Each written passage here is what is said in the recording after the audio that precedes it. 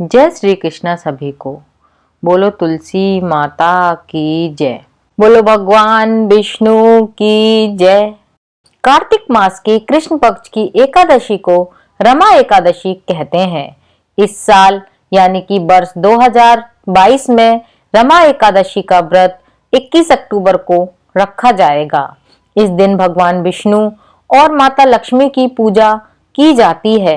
माता लक्ष्मी का नाम रमा है और उनके नाम पर ही इस एकादशी का नाम रमा एकादशी रखा गया है।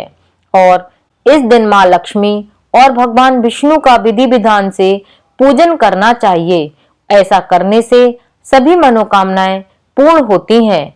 और जो लोग रमा एकादशी का व्रत रखते हैं उन्हें व्रत कथा अवश्य पढ़नी या सुननी चाहिए। ऐसा करने से शुभ फल की प्राप्ति होती है और हर मनोकामना पूरी हो जाती है। आइए अब मैं आपको सुनाती हूँ रमा एकादशी व्रत की कथा। एक पौराणिक कथा के अनुसार एक नगर में मुचुकुंद नाम के एक प्रतापी राजा थे। उनकी चंद्रभागा नाम की एक पुत्री थी। राजा ने अपनी बेटी का विवाह राजा चंद्रसेन के बेटे शोभन के साथ कर दिया। शोभन एक समय बिना खाए नहीं रह सकता था। शोभन एक बार कार्तिक मास के महीने में अपनी पत्नी के साथ ससुराल आया। तभी रमा एकादशी का व्रत भी पड़ा। चंद्रभागा के गृह राज्य में सभी रमा एकादशी का व्रत नियम पूर्वक रखते थे और ऐसा ही करने के लिए शोभन से भी कहा गया। शोभन इस बात को लेकर परेशान हो गया कि वह एक पल भी भूखा नहीं रह सकता है, तो वह रमा एकादशी का व्रत कैसे रखेगा। वह इसी परेशानी के साथ अपनी पत्नी के पास जाता है और उपाय बताने के लिए कहता है।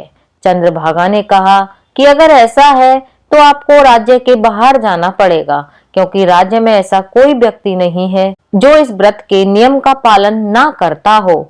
यहाँ तक कि इस दिन राज्य के सभी जीव जंतु भी भोजन नहीं करते हैं। आखिरकार शोभन को रमा एकादशी का व्रत रखना ही पड़ा, लेकिन पारण करने से पहले ही उसकी मृत्यु हो गई। चंद्रभागा ने पति के साथ खुद को सती नहीं किया और पिता के यहाँ रहने लगी। और एकादशी के व्रत के पुण्य से शोभन को अगले जन्म में मंदराचल पर्वत पर आलीशान राज्य प्राप्त हुआ। एक बार मुचुकुंदपुर के ब्राह्मण तीर्थ यात्रा करते हुए शोभन के दिव्य नगर में पहुंचे। उन्होंने सिंहासन पर विराजमान शोभन को देखते ही पहचान लिया। ब्राह्मणों को देखकर शोभन सिंहासन से उठे और पूछा कि यह सब कैसे हुआ। तीर्थ यात्रा से लौटकर ब्राह्मणों ने चंद्रभागा को यह बात बताई। चंद्रभागा बहुत खुश हुई और पति के पास जाने के लिए व्याकुल हो उठी। वह वाम ऋषि के आश्रम पहुंची। चंद्रभागा मंदराचल पर्वत पर पति शोभन के पास पहुंची। अपने एकादशी व्रतों के पुण्य का फल शोभन को देते हुए उसके सिंहासन व राज्य को चिरकाल के लिए स्थिर कर दिया। तभी से यह माना जाता है कि जो व्यक्ति इस व्रत को रखता है वह ब्रह्म हत्या जैसे पाप से मुक्त हो जाता है और उसकी सभी मनोकामनाएं पूर्ण होती हैं। आइए अब मैं आपको बताती हूँ एकादशी व्रत की पूजा विधि। सुबह जल्दी उठकर स्नान आदि से निवृत्त हो जाएं।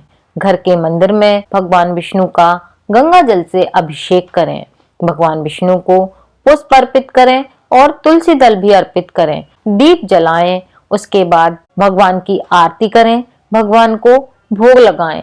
और इस बात का विशेष ध्यान रखें, भगवान को सिर्फ सात्विक चीजों का ही भोग लगाया जाता है। भगवान विष्णु के भोग में तुलसी को अवश्य शामिल करें।